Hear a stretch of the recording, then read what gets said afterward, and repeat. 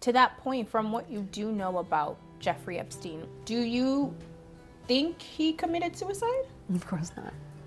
So you think that was... Of course not. Why would he? He probably would have gotten off.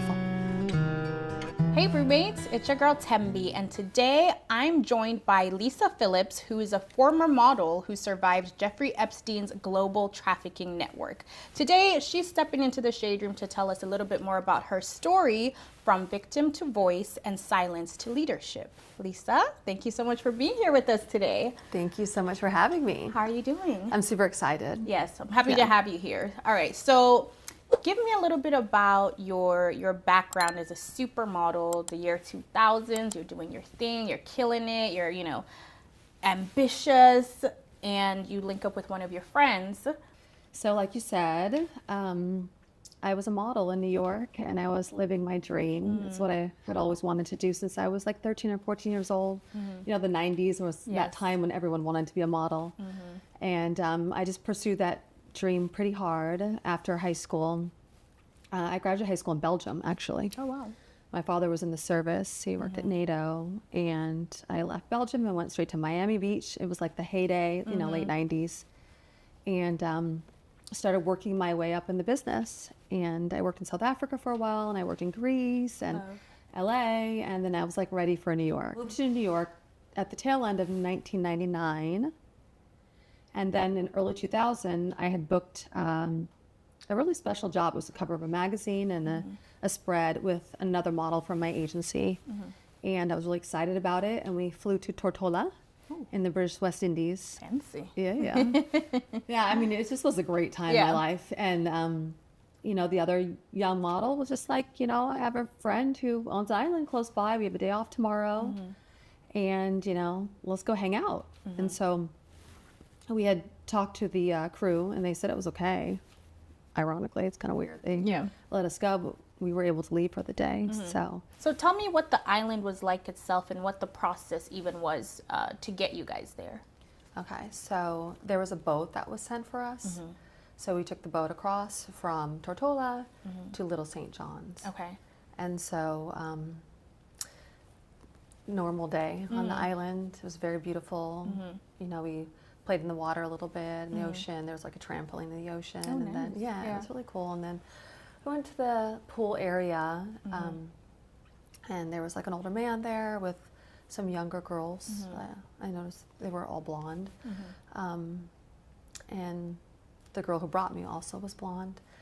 And we just, you know, hung out and had a good time. Then we went to dinner, and we all sat at a table, and we had some really delicious food and enjoyed the evening. And that was the moment where I met Jeffrey Epstein. So at this point, nothing seemed suspicious. It was just like, we're girls living our best lives. How cool. So at what point did that setting change for you? Well, I mean, with older men and younger girls, this is something you see a lot in the modeling industry. It was prevalent back then. So, I mean, it's always like, it's kind of odd, but I didn't think anything of it. I certainly didn't think I was in any danger or anything. I was just enjoying the time away from, you know, work. And so everything was fine the entire day up until the evening time. And then I went into like the quarters area where we were going to stay that night because they couldn't send us back to the other island until the morning. Okay.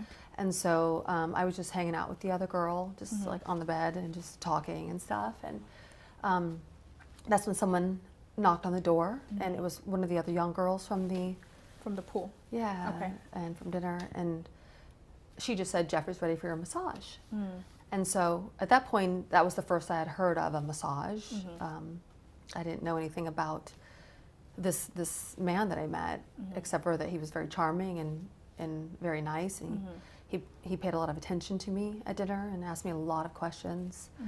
And What kind of questions did he ask you? well, he was really good at getting kind of into my psyche, like where are you from, and what's your family life like, and what's your relationship with your father, your siblings, and what are your dreams and aspirations, and all these questions that most men don't ask you. You know, so you know, most men talk about themselves most of the time, but this one was like honed in on like, who are you? Right. And I want to know more about you, and you're so interesting. And So you're feeling special. yeah, it was super, special to have this, older, interesting, definitely smart, man, interested.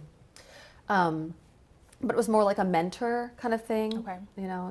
It wasn't like a playboy or, those type of vibes. And as a child, I had grown up in Oxford, England. Right. And he found that really interesting. Okay. And then, I just felt really comfortable with him. I didn't really think that much of it. So now we're in the bedroom, and I was told that I have to do this massage. And I said to the other girl, like, what's going on? And she was like, oh, well, Jeffrey kind of likes these massages. You just have to do it. And I just, I went back and forth with her a little bit on that, but I ended up, just agreeing and just going with her. And I left that room and walked over to his room. Okay.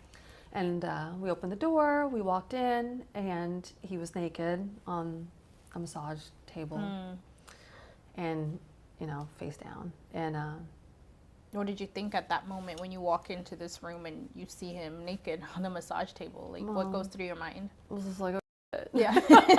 like, what are we doing here? Yeah. It was just, everything was really odd, but I didn't feel in any danger. I just thought, okay, maybe I have to do this creepy massage. Like, it hadn't shifted yet. Okay. So it was an actual massage. Okay. And, with real massage techniques. So it did start off as a massage. Okay. And then things shifted. And he went a little dark with the way that he was speaking to me and her, and asked weird questions, like, do you have a boyfriend? And, While you're doing the massage? Yes, like weird stuff, And I was at my early 20s. I wasn't a teenager, but I was in my early 20s, off the plane from Belgium. Like, I wasn't really aware of these types of things, but I mean, long story short, he abused me and the other girl that evening. And, I just kind of ran out of there with her and went back to that room and kind of just looked at the ceiling all night and was just like, what the is going on? Yeah. Like, what's happening? And she didn't really have that many answers for me. I feel like. Had she been there before, like through this before? I didn't know at the time. She was maybe 22, like she was young too. And I mean, as we know now who Jeffrey is, this is kind of what he did. Right. But back then I just didn't really understand what was going on. I never blamed her. I just thought that I blamed myself and like, I'm in this situation, like, why did I come here and why did I agree to that? I just was scared. Yeah. And, and I didn't really have anyone to protect me, and so it was just odd. It was an odd situation. When you say like abused, like, do you feel comfortable? Like what was that exactly? Was it more mental? Was it physical? Was it sexual? Well, it was physical and sexual. Okay. Abuse. Jeffrey had a way of abusing girls. It was a massage that turned into abuse, and he liked to use objects and things. A lot of people aren't aware that these serial predators obviously aren't having sex with hundreds of girls. Right. And they have to protect themselves as well. So it's not always penetrative things. So it's other things that they'll do. And are you aware of Larry Nassar, the medical doctor for the gymnast? Right, the gymnast, right? yeah. Very eerily, because I have a podcast as well, I was interviewing others. Like, it's a very similar type of abuse with objects and fingers, and I think it's called digital rape. Okay. That's the way he abused most of his victims. Oh my goodness. Both cases, both these men were very similar in that way. So when it comes to serial predators, it's a control thing, and they get off on that whole thing of seeing the fear in your eyes. Yeah. So to explain that, it's not always just what you think of a rape. So there was someone who testified in his case that, Ghislaine taught them how to do the massage. Yeah. Did you encounter her at any point? She wasn't on the island. I met her later on. But they were actual massages. I mean, he really did like to have massages. And there were real masseuses there. As we know, turned into sex slaves for the rich and powerful. So to answer your question, yes, they were actual massages. That just went dark at some point. So you go back to the room, you're with your friend, and what happens from there? Well, I just stayed up all night. I was scared, you know. I was trapped on an island. I didn't know how to get off the island. I didn't know what I remember. This is 20 years later. I was just scared, and I just waited until the boat arrived in the morning, and we ran quickly and got on the boat and we left. So you didn't even see them at all after that? Never saw him again on that island. Did you see your friend ever again? Oh, she went with me. Okay. Yeah, back to the photo shoot. Okay. Finished up the photo shoot for a couple more days. Went back to New York. And yeah, she was a model that was with my model agency at the time. So I did see her, but I never really got any answers from her back then. And most of the young models or actresses and young women during that time didn't talk about it really. I mean, maybe there was some like, you know, like, does he do these creepy massages? Right. But we never really went further than that because, you know, I think victims, they blame themselves first of all, and there's a lot of shame. And this is a very different time where we don't speak about those things then. So at what point did you feel comfortable to start talking about your experience? Well, this happened in 2000. Right. And never felt comfortable during those years. You know, I got married, had kids, moved on, and it wasn't until Jeffrey died in 2019, so this is 19 years later, when I even started thinking about what happened to me back then. Had you like blocked it off? Well, you kind of do. You suppress it, you don't think about it, but Jeffrey got in trouble 2004, 2005. There was a Vanity Fair article. Right. There was, you know, the kids in Florida. Yeah, in 2008. So I started thinking, like, starting to understand what kind of monster he was and understand the whole situation of what was really going on, but not an understanding like I do today. And it's probably not even all of it. So you've talked about how after you left the island, at some point, like, he reeled you back in. Can you talk about that a little bit? Yeah, so after I got back to New York, I continued working as a model. I did feel a little bit more damaged, a little more. I felt damaged after that. So I stopped dating, and I started hanging out more on the social scene, and I started partying a little more and not really feeling that great about myself and very confused, but I couldn't talk to anyone about it. And then you have to understand, with Jeffrey Epstein, this is an operation going on. So he has secretaries that are working for him, and they would call me profusely. They would call me all the time. Jeffrey thought you were amazing. Jeffrey thought you were really powerful. Jeffrey wants to help you out. All these things to try to reel me back in. I found out later why he wanted to reel me back in is because I'd seen important people on the island. Okay. But at that time, I didn't understand why he was calling me. They were calling me all the time. Had you shared your contact information, or is this something they obtained on their own? Well, that's a good question. No one's ever asked me that, how he got my contact information. So it was just out of nowhere, you were just getting these phone calls? I'm not quite sure exactly how he got my contact information to begin with. That's not easy to find, though. Right. Especially not at that time either. Without social media, you know, things of the sort, like to be calling you, getting your phone, you know, your phone number and all this stuff. I'm sure it was from the other girl. Yeah. And so, yeah, it was about 4 months went by.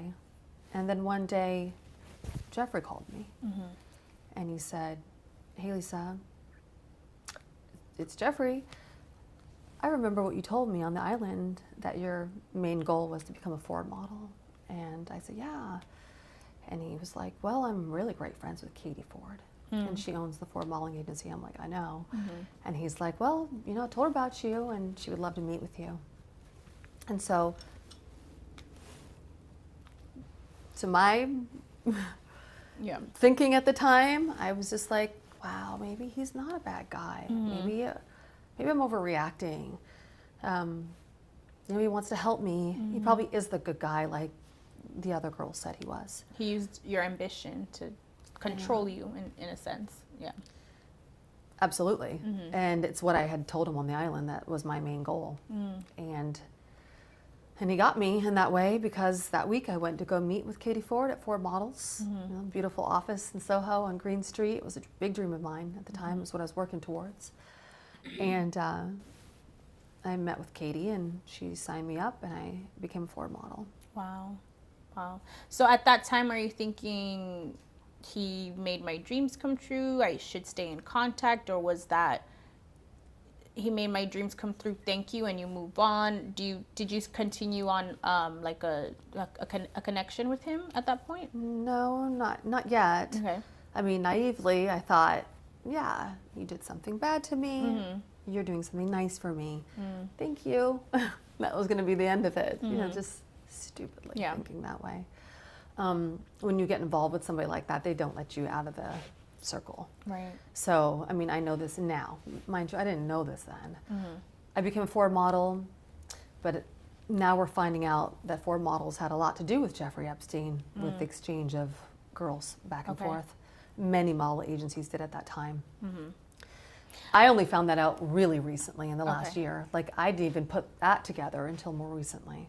Do you know, from what you know, if that was like an active partnership in the sense of exchanging, or really business, just business? Is that clear to you at this time? Well, I don't know. I mean, these girls are teenagers and early 20s, and this is a man in his 40s. And so I don't think any person would think that it's business. Right. Right? Yeah. I mean, he didn't own an agency. He didn't really own Victoria's Secret. It was just something, I don't know why, grown women were sending young girls to him, and other men, obviously. But I'm finding out a lot more now. Okay. So he passed away, and you see that on TV, and how does that impact you at that point? Well, when he passed away, it was a lot for me, because I didn't really understand my relationship with him. I didn't really think about, you know, any type of abuse at that time. I just thought about, well, I didn't think about anything. Let's just leave it at that. I did not want to think about anything. When he died, I just knew there was something. My body was telling me there was something. I was having emotional breakdown. And at that time, there were other women that were speaking out, Virginia Giuffre, and other survivors of Epstein. And so I just got in contact with them, and I just wanted to start understanding. I started reaching out to many girls that I knew back then at the time. What was going on, what was really happening. It took a while to really understand what was going on, because you know, women now are married, they have kids, they want to protect their, or they don't want to, a lot of them didn't even want to think about what happened to them. So, I mean, you have many that stay silent that I know, very dear to me, women now that stay silent, and there are ones that want to speak out, and they have maybe supportive partners who are like, yeah, speak out, you need to do this. It's something that happened to you, you need to own it. So I was just coming from that point of view.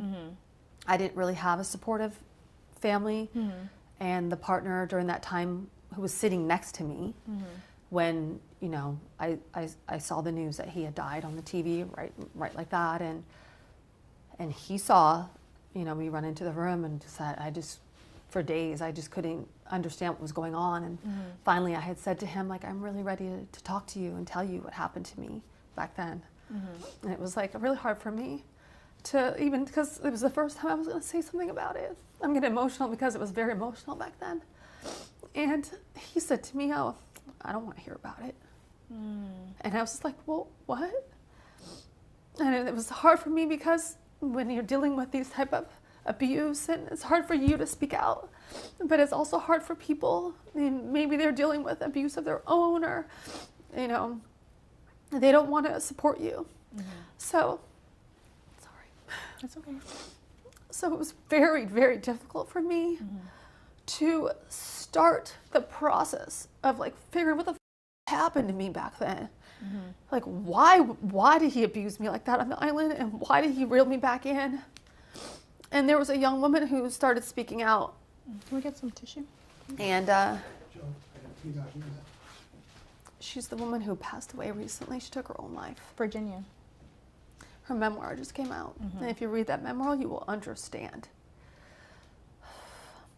why people who go through these types of things have a hard time dealing with their shame or their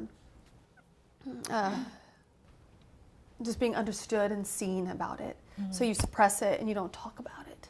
Did you try so you tried to talk to your partner about this, he shuts you down. At that point, does that empower you to talk about it to someone else? Does it make you feel more shame to where you stayed silent even longer?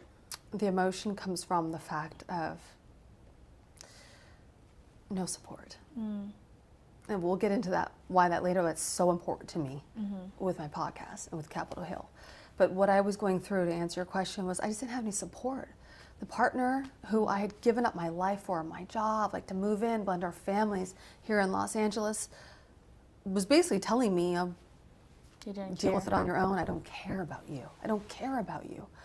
And I realized that. And so I was seeking people who understood what was going on.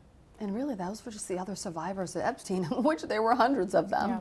Had you talked to anyone else about it up until that point? Girlfriends that knew him back then.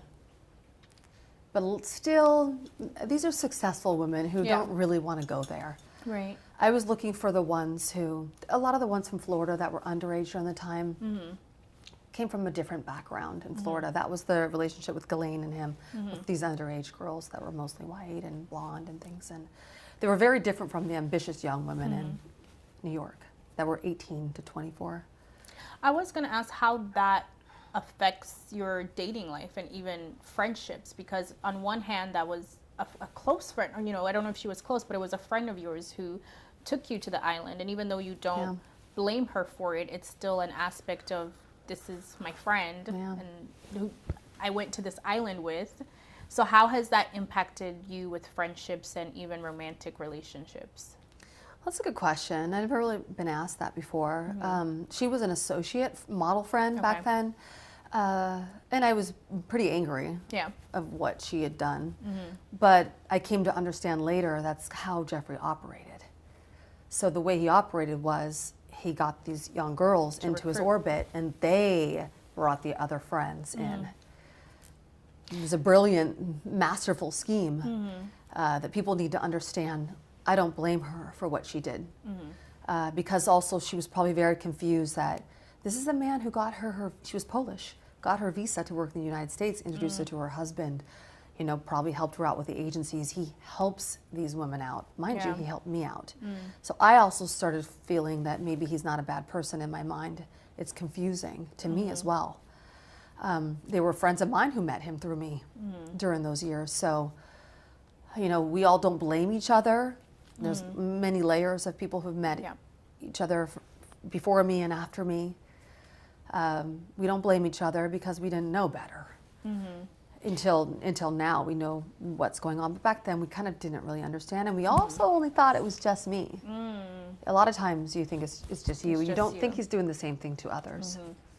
Did he or anyone else in his orbit ever try to use you to recruit other women, like actively, you know, outside of just being around your friends and happen to be in the same room, but like actively like bring women to him? Well, there were actual recruiters that worked for him, and there were women in the office who were the ones who called the girls. I think the younger girls were just bringing their friends or people that they knew, because they would say, "Oh, you got into NYU. Who helped you? Oh, so and so helped me. Oh, wow, you got an art studio. Who helped you? Oh, he helped me." So people wanted to meet him. That's a very confusing part about Epstein, but that's kind of how he operated. Was the friends brought other friends. He would call me up and say, "Oh, bring some friends. I'm having a party," and then I would show up with like 6 girlfriends that were models, and go to his house, and we'd all walk into this room, and there was like all these old men, and like, okay, this is not really a party. We were just think, okay, this is weird. Were you nervous to take any of your friends to any of those parties, or did you like kind of like disassociate at that time? Well, that's probably what I did. I did a lot of disassociating back then, but I didn't see like my friends, you know, being brought into a room or you know, had anything done to them at those parties. So I didn't really think anything of it. And then I was also a model where the owners of agencies were also taking you to parties and charity events, and there were always these young girls and older men. So it was something I just thought was maybe normal back then. Yeah. You know, that was a common thing you saw. Yeah. I mean, even today, to some degree, you could still see younger women, older men. Yeah. So I can understand that for sure. Yeah. So at the time you were reeled back in, right? You said you feel as though it's because you saw some important people on the island. Can you talk a little bit more about that? Who you saw or what you saw? What was that specifically? Well, remember I told you when I was sitting at dinner that I had told him, so I have a very interesting childhood. You know, I had spent a lot of time in Europe, and, you know, I was very cultured. Yep.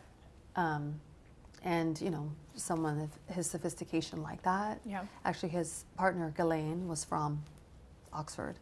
So when I said that, the person that was on the island that day was from England, and he was a prince. So I guess that's a little showboating to be like, oh, you want to meet a prince? And so when I met him, it was very brief, but I also didn't think much of it because I'm more American, even though I lived in Europe, and we don't really care about the prince in the States. You know what I mean? It wasn't like a big deal to me. But after I had went back home, my girlfriend at the time, who had a relationship with him that was very different from mine, had also been abused by the same person that I saw there.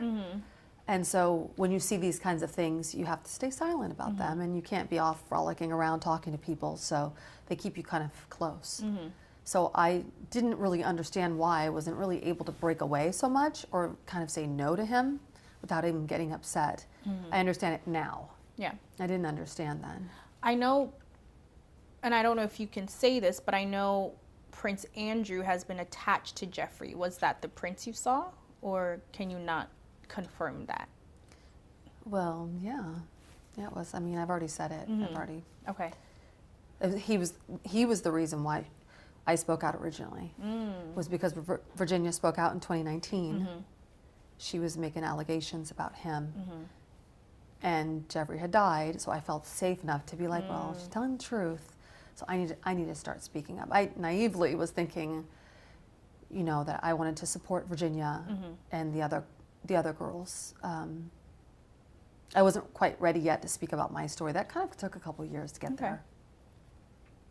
All right. So when people hear the word trafficking, there's a very specific thought for a lot of people that comes to mind. You know, the more stereotypical movie type, girls trapped in a house or cage with the macho man outside and, you know, being sold. Like, that's what's like, for a lot of people, that's what comes to mind.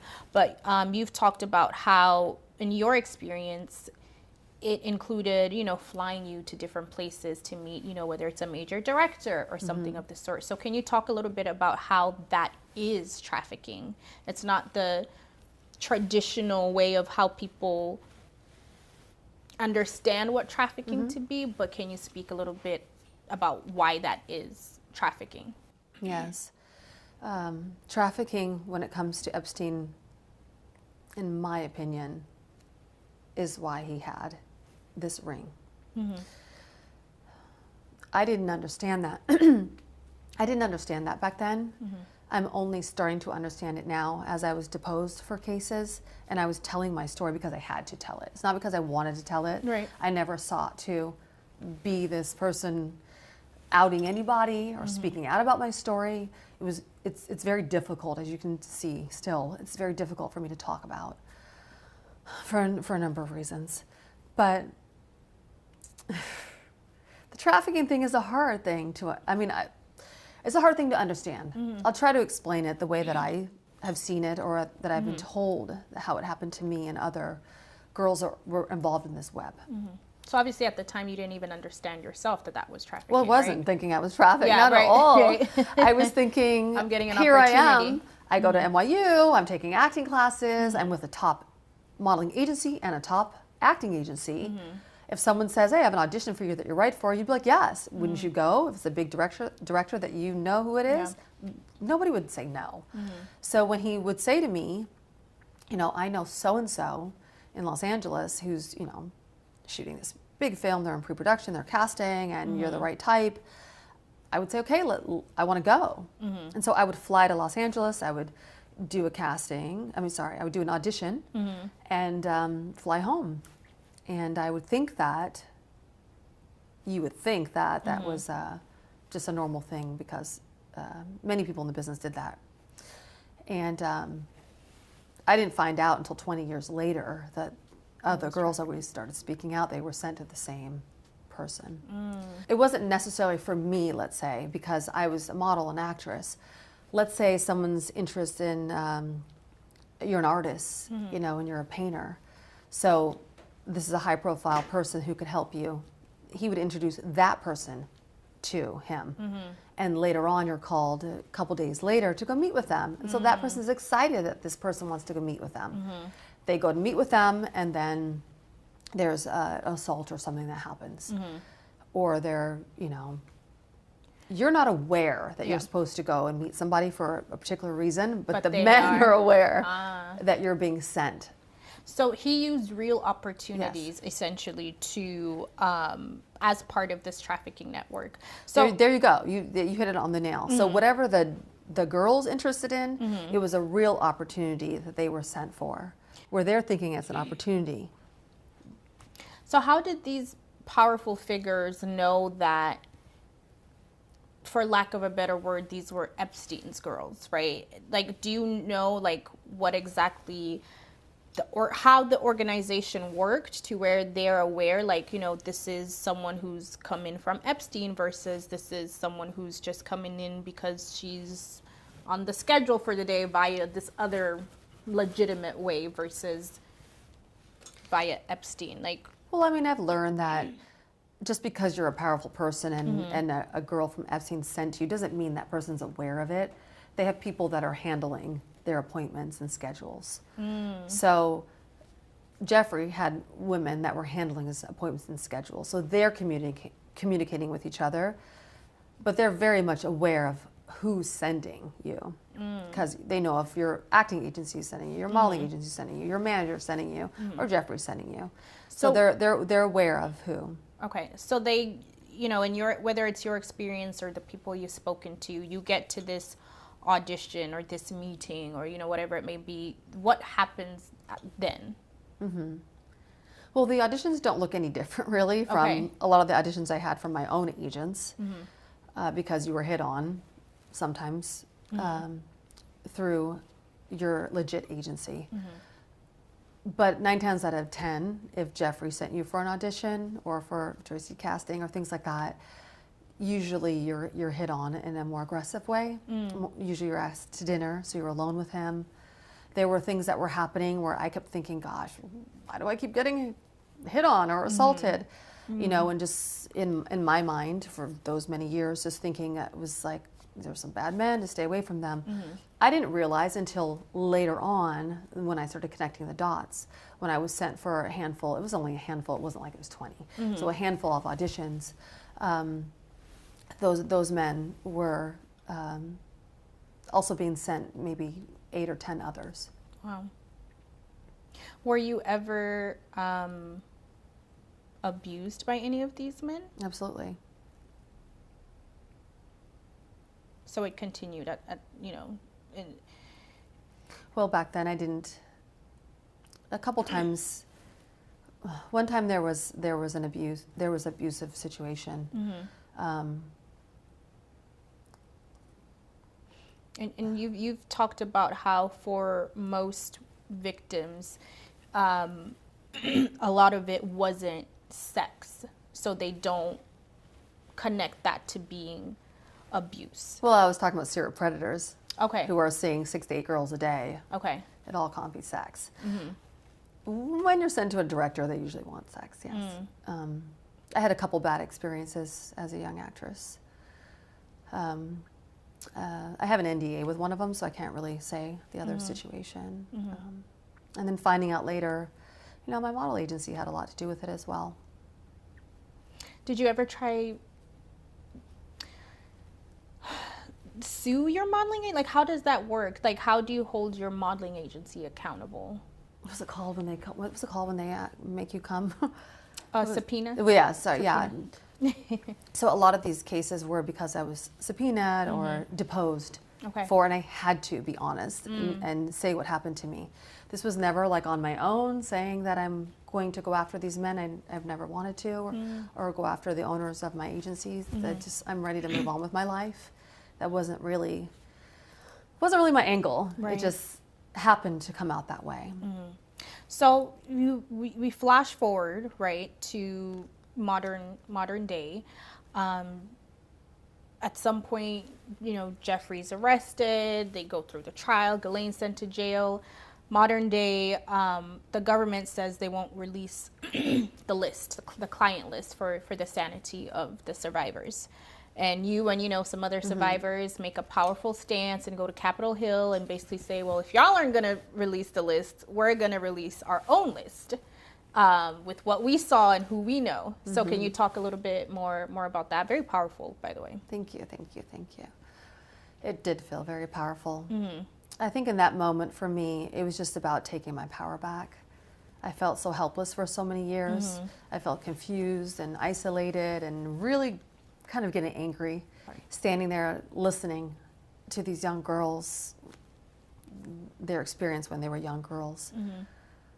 And a lot of them were really dark. And we're kind of all aware because there's hundreds of us.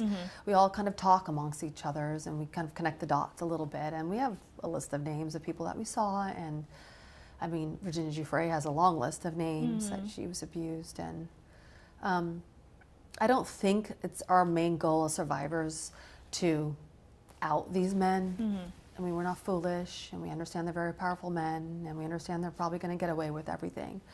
What we were trying to say is that, the DOJ has a responsibility to release people that were involved and that enabled Epstein and this very powerful and dark and disturbing sex trafficking ring. I mean, that is a truth. JP Morgan funded it, admitted to it, settled on it. So we're aware of the facts. And Jeffrey recorded everything. There's flight logs. There's mounds of information out there. And they know. So we get really upset why they're keeping it so much of a dark secret. It's upsetting to us. What's the current status of you guys' list? Like, is there a reason you haven't published it yet? Well, that's the thing. A lot of people think that I was going to say, or, other people have stepped up and said they were going to release this list. I mean, I don't know if there was a client list. I mean, there were people who were benefiting and profiting off of Epstein. And the FBI and the government has all the information. It's not my job or these survivors' job to stand up there and read off a list of men. I mean, it's never going to happen. So what I was saying was I was talking to survivors out there that you don't have to be ashamed anymore, and you can own your story, and you can speak out, you can join us, we can get more powerful together, and we can start pushing for things to happen. We do have things in store that we are, trying to create change and make things happen, but we're not the ones that are going to stand there and read off some list.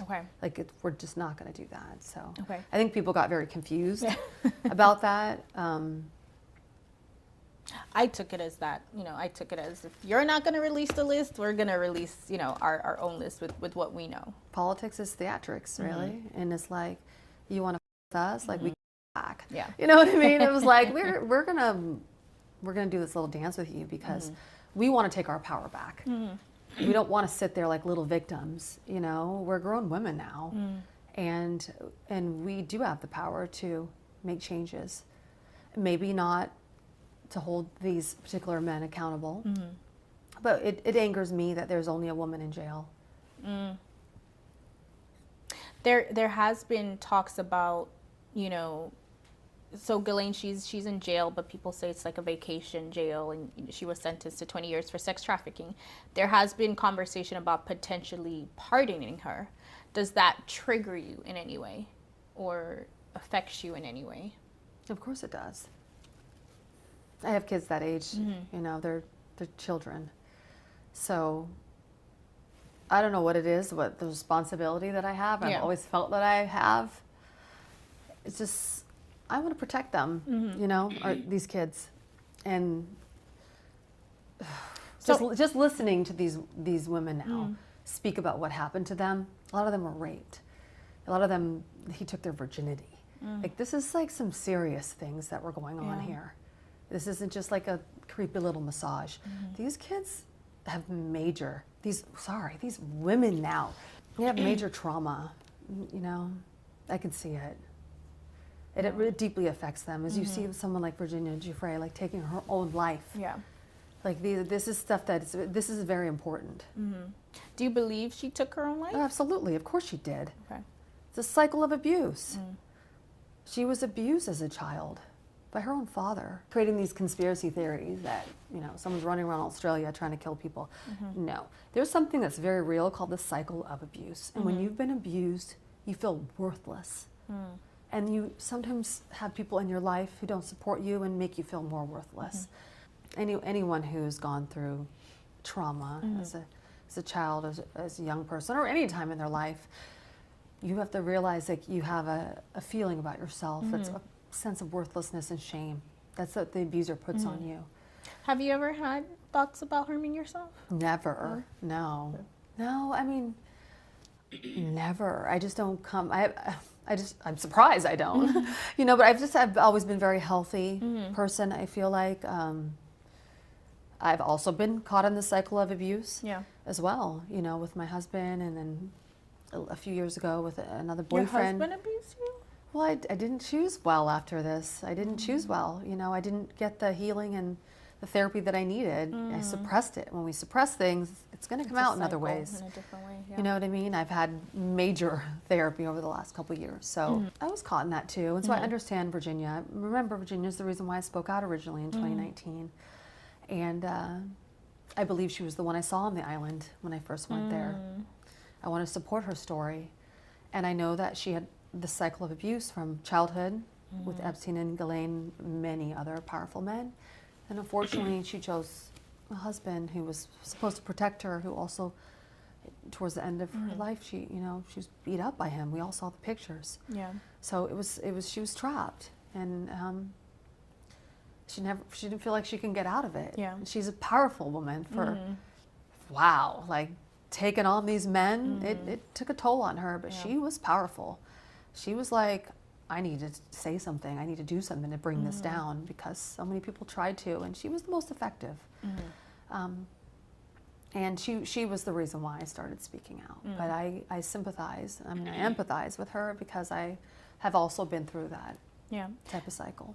So when it comes to even your cycle, I read you talking about how you met someone you thought you were in love with, and they tried to abuse you in the same way Jeffrey did. Can you talk about you do your research, don't you? That was the reason why I started the podcast. Okay. A lot of people think I started this podcast because of what happened to me years ago with Epstein. But it's really because I started speaking out. I was on documentaries, and it took me a little bit of time to speak out. I was really sticking up for the other girls because they were these powerful men that were in the headlines. And I was kind of not really ready to talk about mine. It came a little bit later. But to answer your question, I was in a relationship with a man that I was deeply in love with, and that's when I started speaking out in 2019, and he was not supportive. And I just felt so much worthless with this man. Just didn't make me feel beautiful, or I just didn't feel like, I was anything for him. And I wanted a man in my life that was more like a friend and someone I could talk to. And I was on this Lifetime documentary, and a man from Boston, many men actually reached out to me. I don't know how, the topic matter. I don't know why you'd find someone like me attractive, when you're speaking out about this kind of thing. But I got a lot of mail. Interesting. But this one man in particular he was into commercial real estate and he was successful, and he had a lot of pain from his childhood. I think he had been abused. Well, we just became really great friends, and we had a friendship. It wasn't the love of my life. It wasn't really a attraction. It was more just a great friendship, I thought. So I knew him for about 5 months, and it was during the pandemic, and I moved myself and my boys to Boston for a few months, you know, just to be close and get to know this man. And I'd known him for about 5 or 6 months, and on the night that we were going to be intimate, you know, I never talked about this, but this man wanted to abuse me in the same way that I had been telling him. You know, it's just like, it broke me because, why am I so emotional? That broke me because I was just like, are you frigging kidding me here? Like, this is man I trust. You're my friend. And he just wanted to do the exact same thing that had happened to me on that island. And I just thought it was sick. Like, you're sick. You're a sadist. And, you know,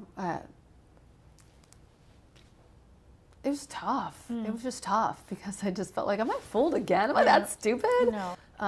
He wasn't right. And I thought it was kind of messed up that he wanted to do those things with me instead of being loving with me. And he didn't know how to be loving with me. And so that kind of broke me. And that was 3 years ago, and I didn't date. You know, after that, I just fell into this like, why can't I meet a good guy? Yeah. So you confided in him. Oh, yeah, for 5 months. He used that against you. My best friend for 5 months. Wow. You know, and I thought, okay, well, I'm not so attracted to this man, but like maybe we'll be together. And, you know, we were really forming a relationship to be together. It wasn't the type of relationship that, you know, most women want. Like, you want more of a passionate thing. But I liked the friendship that I had. And I did have a deep friendship with him. Fortunately, he was religious. He was a good Christian man. Bullshit. So is those ones. He was a good Christian man, and all the man had some demons, but that's what he wanted me to do with him. But I wasn't the one to do those things with him. Yeah. I had so much trauma from my early years. I wasn't willing to do those things that he wanted. Which is what? The things he wanted? I mean, probably normal things for guys listening, but like sex toys and threesomes and things like that. That's how I've been abused. I wasn't looking for that in a man. I wanted like regular. So how do you, what's healing like for you? Because you had this situation 20 plus years ago. It continues to an extent within your career. You meet men who, you know, abuse you as well. So what does healing look like for you? And do you feel like you're healing? Well, I mean, I'm not the type to always blame the men. I know they have their own separate issues. I also chose them. I started to realize that, you know, I chose a man who didn't love me the way that I needed. And then I chose a man who, you know, was sadistic. And I just had this realization, you know, I need to take a step back and take some time and just really heal and really go deep into therapy. So that's what I did over the last few years. And I went deep into EMDR therapy. Which is what? Ooh, it's intense. I did it, I still do, twice a week, 2 hours each day. It's using the lights back and forth. The lights shine in your eyes. You go back and forth into your memory. You take those memories and you work on them, and then you put them in a safe place. And I had to go back into childhood, back into my divorce, back into these back-to-back you know, difficult relationships, and start to really understand what were my boundaries now. Like, what was I doing to attract these men or to be vulnerable to these types of men? And do you have the answers to that now? Well, I really wanted to I feel like I have this sweet personality that people can take advantage of easily, and I probably am a little naive just because I was raised, you know, my parents are still together, and I was raised in Europe. I didn't have really maybe that toughness. You know, I'm just making excuses. I don't know what was wrong with me. A lot of us have trauma that we haven't dealt with. I just hadn't dealt with all that trauma. So I just said, you know, I'm going to take a couple years, in which I did, and just didn't date, and just dealt with the deep and the darker stuff that I needed to deal with. So that's what I did, and I just focused on my kids. And then I was, you know, I'd been in the modeling industry since I was 16 years old. I was like, I don't want to be in this business anymore. Lisa, this a year, almost a little more than a year ago, I was like, what is it? What do you want to do? Like, what do you want to do? Let's get out of this business. You don't need to be in this business anymore. I wanted to give back, and I wanted to like serve people, and I'd connected so deeply with survivors of assault, men and women. Like I always talk men too, not just women. And I wanted to do something that was deeply moving and powerful, and something that was kind of scary and courageous of myself as well. And so podcasting is where it's at, right? Yeah. I mean, it's like everybody has a podcast. But I was just like, I want to have a podcast that only speaks to the survivor. I want to have it survivor to survivor. Because when I did documentaries and speaking out, I couldn't talk to people who weren't survivors. I didn't feel the empathy, and I really couldn't open up. See how I open up with you? Maybe you have something that you empathize with me. I feel that with you. That's why I can kind of be vulnerable with you. And it wasn't like that with a lot of people. And I was really just like this rigid person, you know, like an all put together all the time. It's not really what I wanted to do. So I wanted to have a podcast where, look, let's be vulnerable. Let's break it all down. Like you have stuff. Like let's talk about it. And so I would just have all these guests on. And that has been healing for you to an extent. Oh yeah, it's healing. Yeah. Because when you hear other people's stories, stalking, trauma bonds, domestic violence, serial predators, all of it, you find a little bit in your story, and things start to make sense to you after a while. So it's been very, very healing over the last year. And your podcast, it's called From Now On. What's the meaning behind the name? Well, from now on, I always ask each guest to finish that sentence. So like, from now on, I'm going to be courageous, or from now on, I'm going to have boundaries, or whatever it is for you that you're realizing about yourself. Okay. So the guests are not in their trauma. So it's not just like this whole like trauma dump, and it's more of you've gone through the healing. Maybe you've written a memoir, a book, or you have a series coming out, or you have your own podcast. You're in a place you could talk about it. Yes. We're at a place where we're going over the arc of the healing. So. What role do you believe men can play in the healing process? Well, I have a sensitive spot for men because I'm raising 3 little boys, and there's a lot of abuse, and I knew that in the mowing industry from men, but it's kind of a hush-hush thing, and like with the P. Diddy case, a lot of the cases were men. And a lot of people in the headlines, they don't talk about that in the news and the media. There's a lot of men that have abuse, and it would break me. It would break me when I would be speaking to a man and he tells me about his abuse from childhood. I couldn't keep it together, but it's something that needs to be told. And so I honor both men and women, anyone who wants to tell their story. I just think it's all important, not just I'm not like a woman's right, like all about women. I don't buy into that stuff. Yeah. I'm not a feminist. I'm more like, it's all of us together. Right. I'm sorry, but that's the way I see it. You may not, and many other women don't. But I want to start with men too, and understand how important they are to us. And there are good men out there. I see that, and sometimes men don't feel like they can be good. Even my 11-year-old child would be like, "Oh well, how am I supposed to respect her, Mom? Look what she's wearing." And we're all like, "What? What do you mean? What is she wearing? She can wear what she wants to." Well, actually, we both need to understand, and respect each other so we can move on and live together and have more powerful relationships. Well, for someone who has experienced a lot of trauma, you also do have there's a part of you that's like, I can feel like you're okay, like you're still obviously healing and going through things, but it's good to know, like, the fact that you can even see and say, there's good men out there. And kind of going back to the list, the Capitol Hill moment, very powerful moment.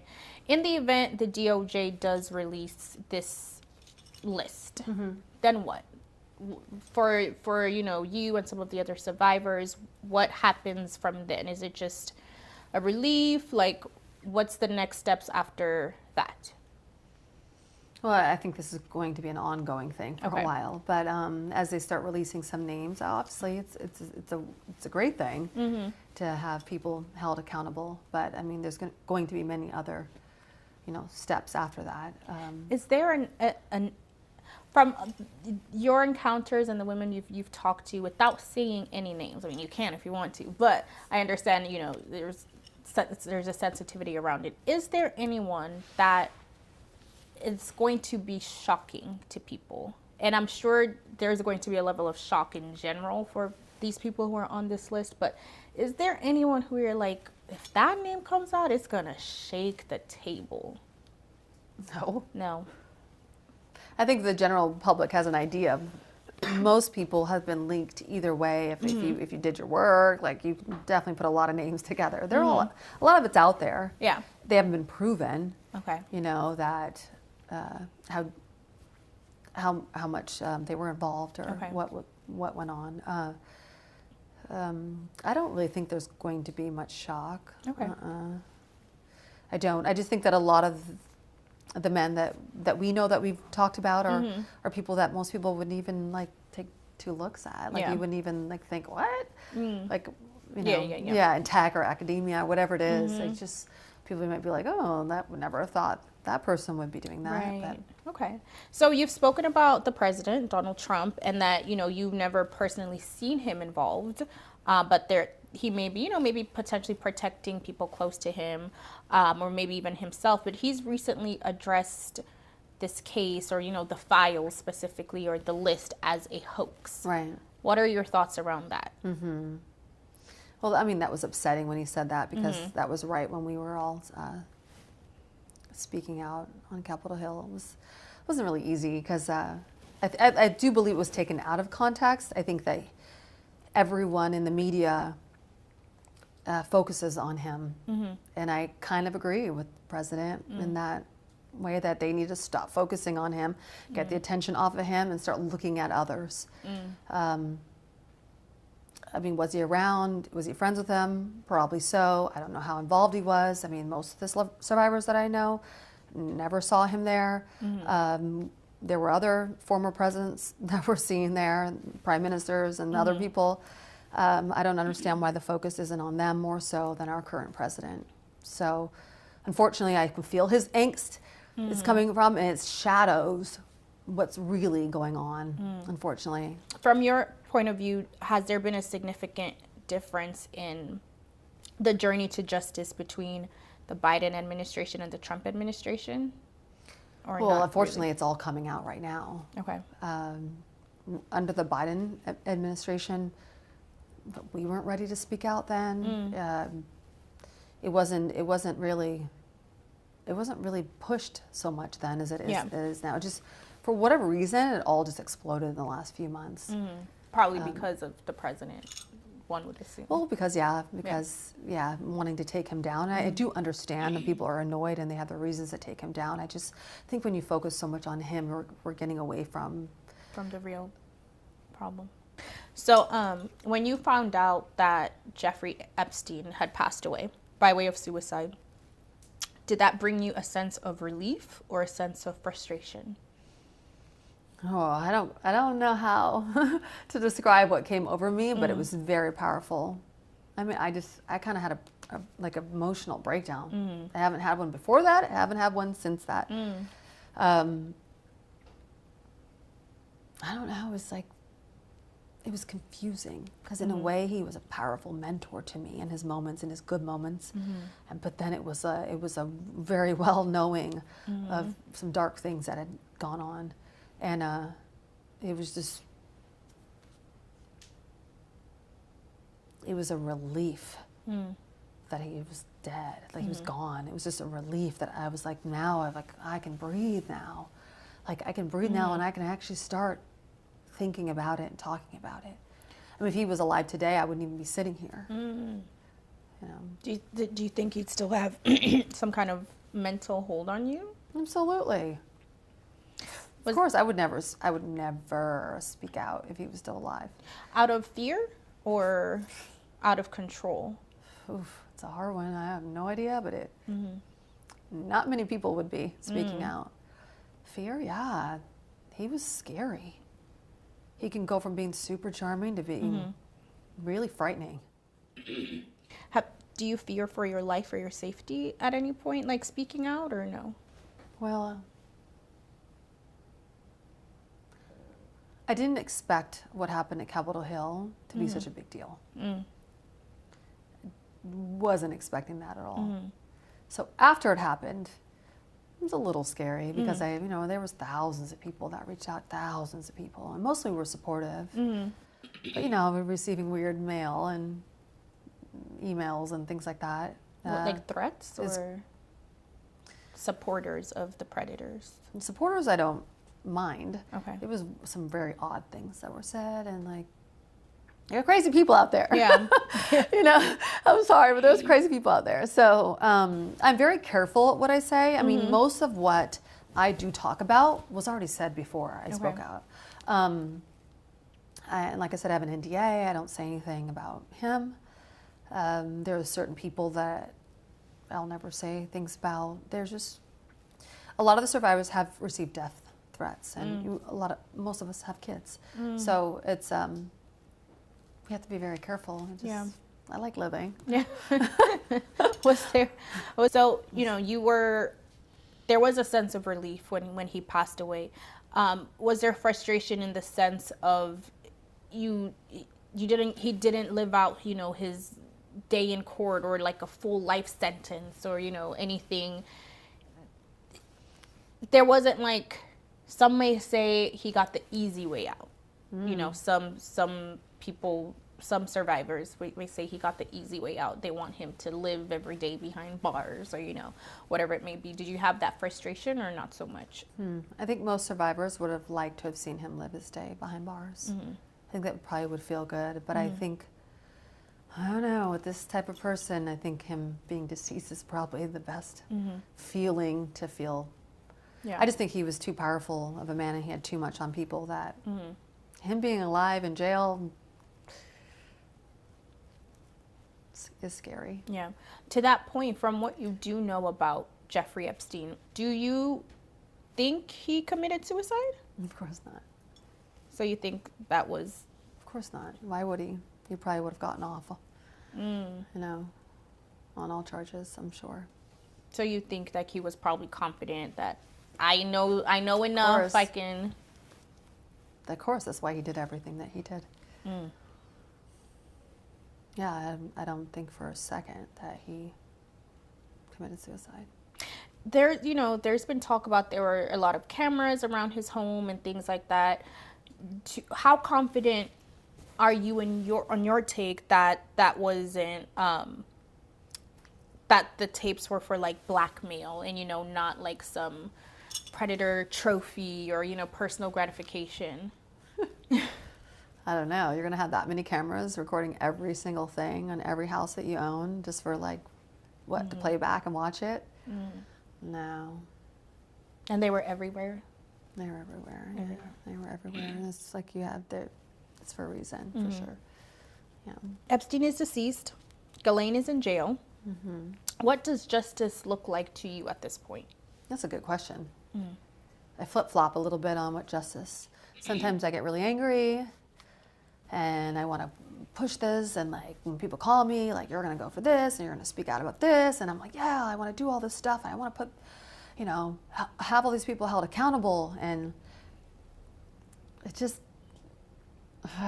a tricky one because when you do that, now everyone else has to speak out, like, or subpoenaed, and you have to go to court, and you're dragged through the dirt, and there's a lot of young women, girls, children that were involved that need to be protected. So I just want to leave it up to the DOJ to do their job and whatever they feel is necessary and how far it can go. But I do feel like they're protecting them for a big reason. Yeah. We all probably don't really understand how deep and dark maybe that goes. What's the real reason why?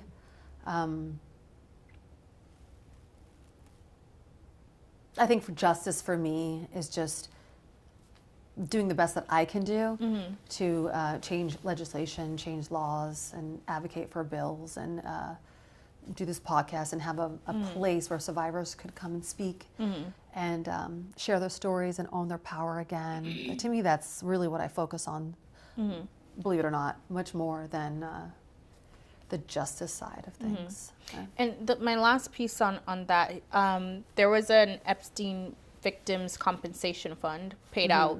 It paid out over 120 million to 136 survivors. And apparently 52 women privately settled claims. Is that a form of justice in your opinion, or a form of protection still from the powers that be? That was the original fund. The JP Morgan fund was close to 250 million with over 200 survivors. So there was two. I can tell you that a settlement, of course, helps take care of your kids and pursue your dreams and things like that, but it doesn't heal you. Did you receive a settlement? Or, yeah? Not from the two that you said. No? Okay. From the JP Morgan one, but what was fantastic and that you don't understand, and people don't understand listening at home, the settlement obviously helps. I do like my new shiny Porsche. Okay, but that's not what helps. They gave us 5 years of therapy. 5 years of therapy. That's what's helped me. Like driving around in a Porsche or going through school or buying a new house for a lot of these survivors, I'm telling you, is great. But when they gave us 5 years of therapy, and I'm now almost 2 years in, that is life-changing. That is where the boundaries are built, and that's where I'm getting tough, and that's where you see the power in me, and that's where you see the woman in front of you is from JP Morgan's therapy they gave us. 5 years, that's powerful. The money comes and goes and is not, trust me, look at Virginia. She was paid out, I don't know, 12 million, 20 million over the years. I don't know how much, it was a lot. And still took her own life. So to answer your question, she's not here today. Yeah. So money doesn't heal. That's interesting that part of the settlement includes therapy. Isn't it great? Wow. It's those women that you saw at Capitol Hill standing there before you was the therapy that got them there. It wasn't money. Like it angers me when people are like, oh, you got a settlement or you just want money. Are you freaking kidding me? Do you know how much my podcast cost? You know. Like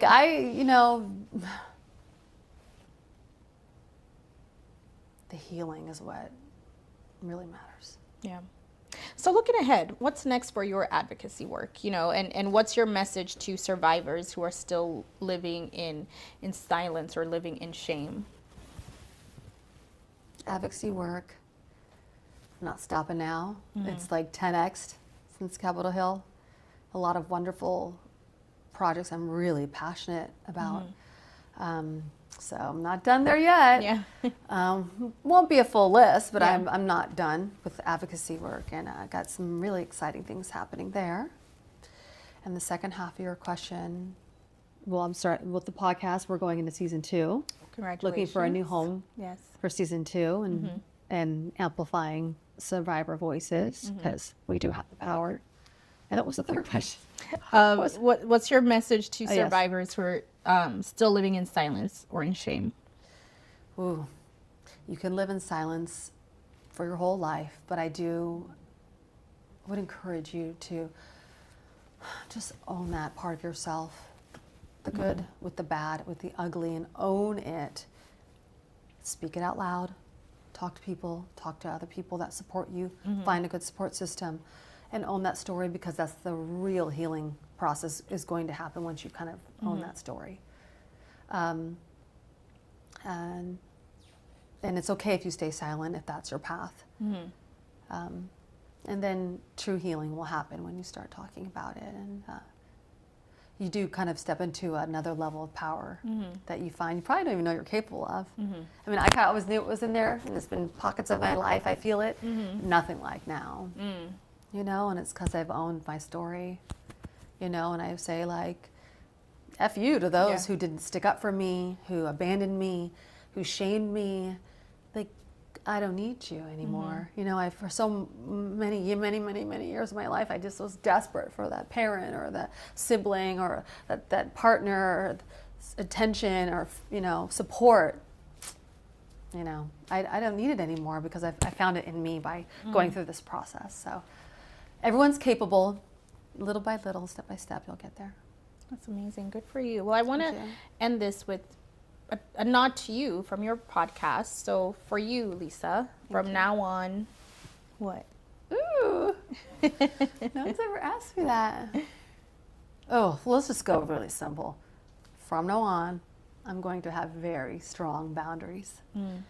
Because that's where I feel like when you see me smiling and stuff like that, when I have those strong boundaries, it makes me feel really, really good.